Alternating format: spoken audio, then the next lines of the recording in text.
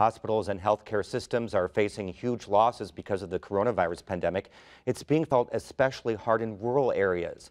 While Good Samaritan Hospital in Vincennes received more than $16 million from the federal government, officials say that doesn't account for all their losses. Brock Turner has the story. Data from the Indiana Hospital Association shows rising drug costs, purchasing additional personal protective equipment, changing operating procedures, and serving fewer patients overall has cost Hoosier hospitals tens of millions of dollars.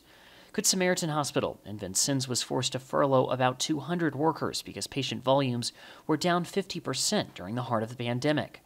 While officials there say many are back to work and volumes have returned to near normal levels, Good Samaritan still faces an $18 million budget shortfall. We made a lot of tough decisions. When we shut everything down in March 18th, to be specific, we recognized that we weren't going to be able to maintain the level of body count that we had before with no volumes coming in. The system's finances before the pandemic weren't great either because of the way service reimbursement is structured.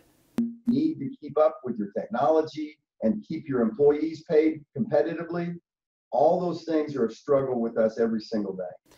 Data shows hospitals across the state averaged a negative operating margin of more than 8%. But the real struggle came in rural communities with critical access hospitals. Indiana's 35 critical access hospitals, many of which were already struggling, reported spending nearly 30% more than they made since the pandemic began.